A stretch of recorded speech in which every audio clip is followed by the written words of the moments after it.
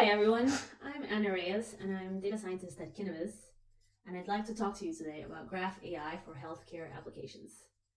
At Kineviz, I work on merging deep learning and graph technologies to better understand interconnected and high-dimensional data. We use GraphXR, our browser-based graph analytics and visualization platform. I also want to thank TigerGraph for the opportunity to present and having organized this wonderful conference, bringing so many impressive people together. So what is our agenda? First, I want to talk about what is Graph AI, the benefits and challenges of Graph AI in healthcare.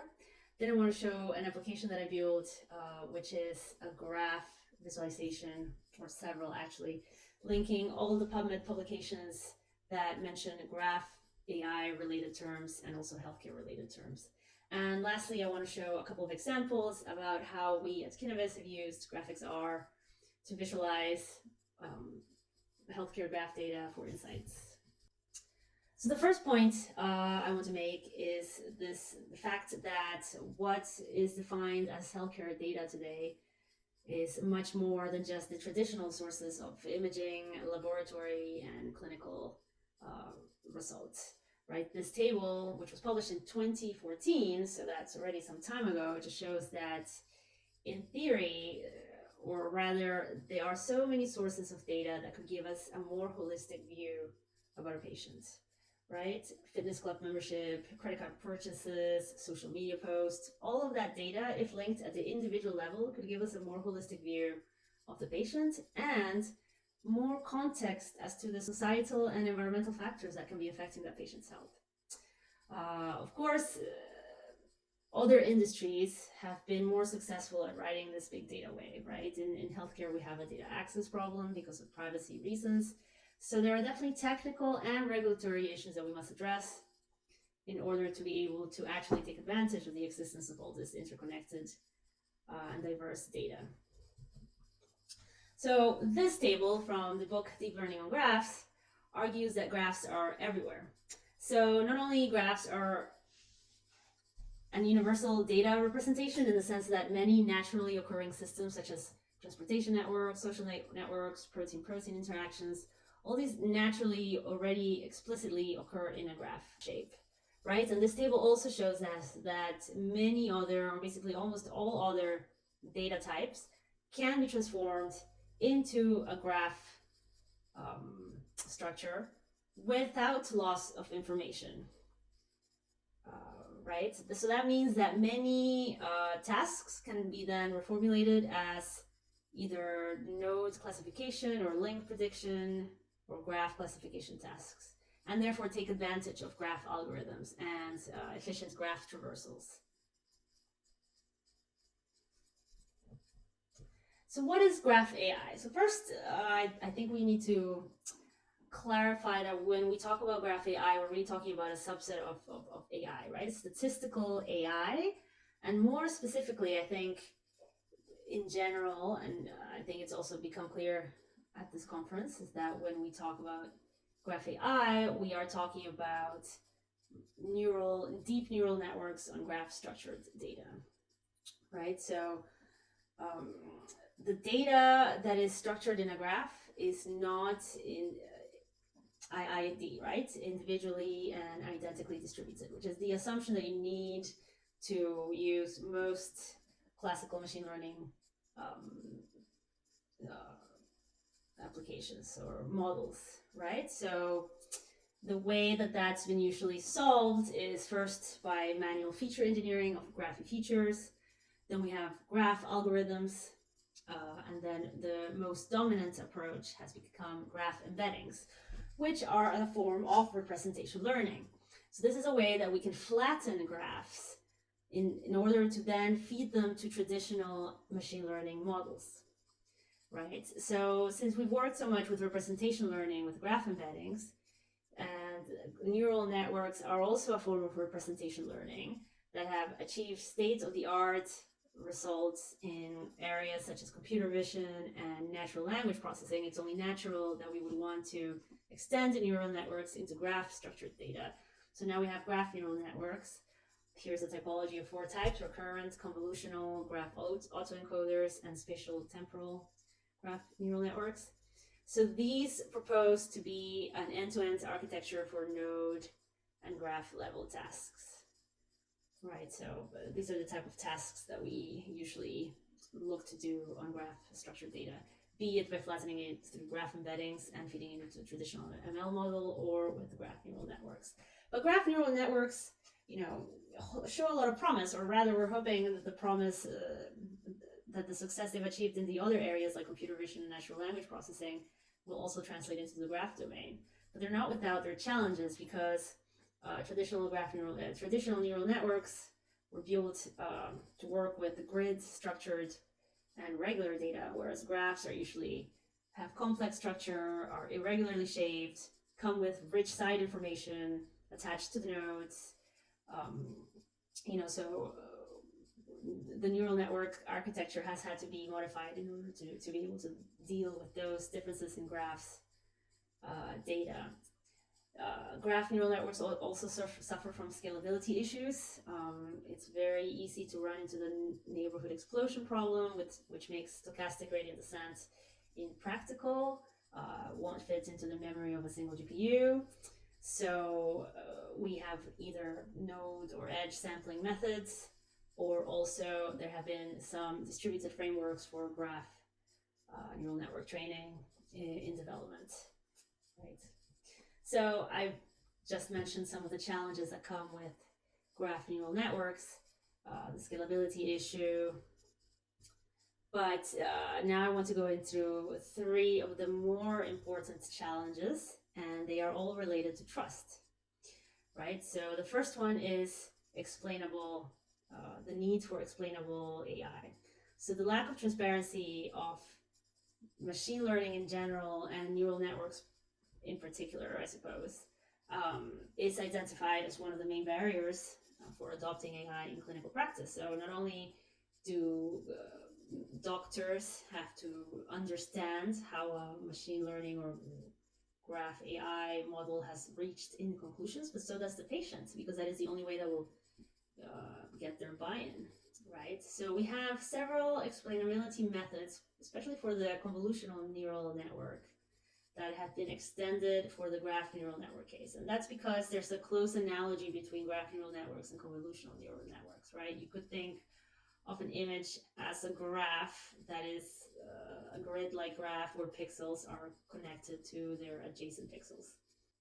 Here we have an example of comparing several of these explainability methods in a graph classification problem. So the images show which of the nodes contribute more to that specific graph classification. There's also the problem of algorithmic fairness. So algorithmic bias is rampant in healthcare setting. And this comes from several sources. So the first one I would say is, for any machine learning or graphic or neural network, any advanced statistical framework, if you feed rubbish data in, you get rubbish results out, right? So the data that we feed our AI models on today reflect a health system that is full of prejudice and bias. So the data also reflects that. For example, white males are usually overrepresented in any sort of data set. This image on the slide is actually from the Fairface project, which the point of the project was to generate a more representative data set, representative across gender, ethnicities, and ages, right? In order to try to ameliorate the type of bias, because if you train a model on biased data, the model will give you biased results. There have been many examples where algorithms that are currently being applied in the healthcare setting give you biased results that affect minority, gender, and racial groups negatively. We have also an issue of unintentional bias. So graph neural networks have been shown to have more accurate results for nodes with higher degree. So that would be an example of unintentional bias.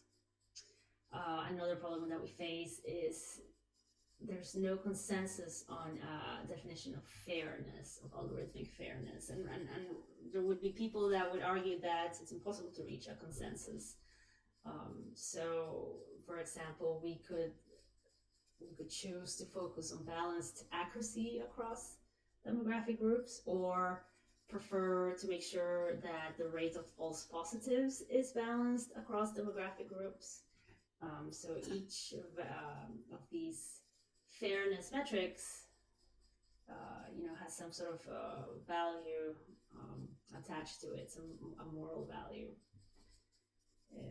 So the only way really that we can guarantee buy-in of the graph AI solutions or the AI solutions from the communities that they're trying to help is with a multi-stakeholder framework, which is called responsible ML. So responsible ML argues that for every implementation you need to have a multi-stakeholder approach where not only the knowledge experts, the decision makers, and the users are all involved in the definition of the solution.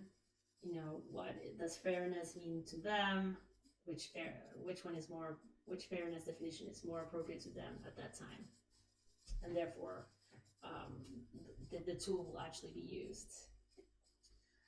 Lastly, we have the issue of privacy and data security. So this image here shows that there are vulnerabilities in every step of the graph AI development pipeline, from data collection to model training to deployment, right? I want to focus on the privacy issue and the fact that graph neural networks, like their, let's say, ancestors,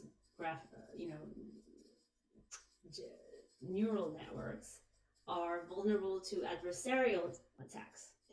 So adversarial attacks is when an attacker modifies the input to a model in a way that's not noticeable, but that affects the predictions of the models in a negative manner, right? So for the privacy problem, since we're dealing with sensitive and personal identifiable data, there's two solutions that have been the most used solutions. So one is federated learning. So instead of having the training data all in one place, federated learning allows to learn machine learning models with data split across different clients and using secure communications. And you would think this would be hard to do with a graph structure, but there are actually several implementations of graph federated learning. And there's FedGraphNN, which is actually a benchmarking system so that you can benchmark your graph federated learning system against others across several important metrics.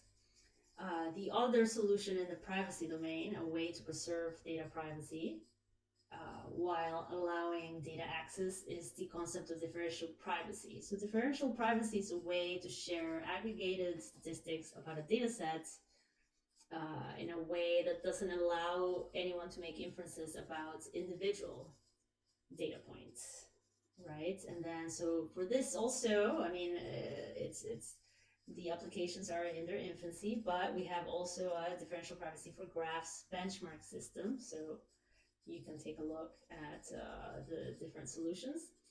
And for adversarial attacks, there are many different types of adversarial attacks and ways to defend against them.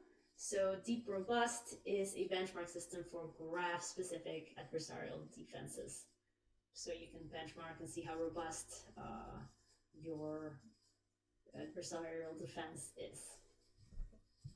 So that was more of an overview about the opportunities and challenges of graph AI in the healthcare space. Now I actually wanted to look at some concrete examples, right? Do a sort of meta review, but also yeah, I can't read all those papers by myself so I used 17 graph AI specific search terms that I put underneath the timeline there, plus also some healthcare search terms. And this resulted in a set of 517 papers, right? Written by about 2,700 authors and resulting in around 13,000 plus co-authorships. So with this, trying to understand what are people actually using Graph AI for, I built a collaboration network based on the co-authorship, a semantic network based on the n-grams up to 3, so unigrams, bigrams, and trigrams, and their co-occurrence in the title and abstract of the PubMed fields that are returned from the search, and also a similarity network also based on the cosine similarity between documents when looking at the doc-to-vec vector embeddings of the title plus abstract fields. So here we have an image of the author collaboration graph, and if I click on it, we can actually go into the graphics R. So what we have here are the 2,690 author nodes, and they're connected by co-authorship. So really what we see is that this is a very nascent field of research, right? Because this is a graph that is very much composed of disjoint islands. So almost every cluster that you see there is its own specific paper. So there is very little collaboration across authors of different papers. So this is the paper similarity graph, where I plot, you have each node is a paper, and they're connected by how similar their documents embeddings were above the threshold of 0.6. We see that there seem to be some clusters forming naturally given the force layout. I can select every paper node and apply, for example, Louvain community detection algorithm. So now each of the paper nodes has a property, and we call Louvain component, and we can color by this property. So for example, this is one cluster, this is another cluster. See, so in this way we can find clusters of similar papers. So I could, for example, just decide to focus on this cluster, and so I reverse my selection and I delete every other cluster. Now I center to this cluster of similar papers, and we can take a look of who are the authors of these papers. And what I want to see is, are authors collaborating inside this cluster? So let's do a grid layout for each paper in the grid, and then let's arrange the authors as rings around the papers. So this one does actually have, no, this is the most similar relationship. Let's actually turn off the most similar relationship right now. Here, relationship, most similar, visible. So now we're only left with the author relationships. You can see there's only one instance of co-authorship here, or rather one instance where authors from different papers collaborated more than once. Otherwise, every paper is an island to itself. So I think that just shows that it's a nascent research field. Lastly, semantic community. So in this case, we're looking at bigrams. We also have the unigrams and the trigrams. So here's the bigram network. If I apply a algorithm, let's go with Louvain also. Let's color nodes by our Louvain components ID. So here we have one community with 38 nodes, one with 19. Okay, so now we want to kind of understand what these are about. So let's use layout and make each community, nope, not every community. Okay. So just this one contract a little bit, and if I press 5, I can move it here to the side. Also, we can set the term as a caption so that we know what we're looking at. Great. See, 19. Let's see, let's go back to layout, circle, let's contract. So what I just wanted to show here is that this is actually a cancer community, diagram community. Lung cancer, gastric cancer, lymph node. So that's interesting. We've identified a cluster of cancer-related publications. Just select those nodes and expand the publications. Yeah, so those are the publications that are cancer-related. Great. Finally, I want to show you guys some other applications of graphics R and visualization for understanding healthcare data. So this is the TVRNet. It's a joint project with NIAID, and it shows the proteins that regulate gene expression of the tuberculosis genes.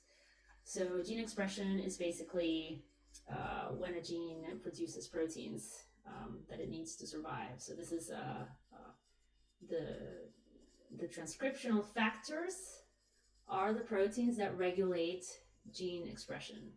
So what this tool does is connect all the transcriptional factors that are known to work together to regulate the expression of TB genes. Right, so in this way, the researchers at NIAID hope to not only understand, identify potential unknown connections and maybe even some intermediate transcriptional factors that affect the virulence of TB, which in fact is the disease that has killed the most people in history. Another application that we've done is representing brain imaging data as a spatial and temporal graph in order so that we can see the evolution of lesions. These are lesions from patients with multiple sclerosis. So not only this tool can help, patient education, advance clinical imaging capabilities, and help us see how lesions are evolving across space and time. Here's another application. So this is based on Syntheia data that the schema was built by Neo4j. So here we can visualize one patient's medical history, right? So the blue chain is all the patient's medical encounters ordered by time. And then we have the other nodes, which are the conditions, or let's say the patient's been diagnosed with, the drugs and procedures that have been applied during that encounter, right? So this is not only informative, a good way to visualize the data, but it's the first step for more advanced analytical tasks such as patient phenotyping and prediction of patient outcomes. This is another view of the same Syntheia data. So this is a Sankey diagram looking at procedures 60 days after a suspected COVID-19 diagnosis. So this is more of an aggregate view, so it aggregates multiple patient journeys and lets us see, let's identify trends of the most apparent or the most common disease progression. So if we follow a specific path, we can tell that out of the 418, I think, patients that had suspected COVID-19 diagnosis go on, 28% go on to be diagnosed with pneumonia in their next visit. And of those 28%, 3% go on to be diagnosed with acute acute deep venous thrombosis. That's it. Our last application. This is built from data from NextTrain and GISAID. So this is so that we can see the genetic evolution of SARS-CoV-2, so the virus that causes COVID-19, its evolution, its genetic mutation evolution across geography and time. So the yellow nodes are test samples that have been genetically sequenced, so we know which mutation strain it belongs to. So those yellow samples are then connected to the green nodes, which are the mutation strains. And the yellow samples are actually ordered vertically by date of that the sample was taken. So more recent samples are lower. In that sense, you can see both the temporal and the geospatial changes in mutations, or rather how it's clustered spatially and temporally. Great, so these are all the references in case you want to learn more about some of the things I presented. I'd love to hear any questions or suggestions, and yeah, thank you so much.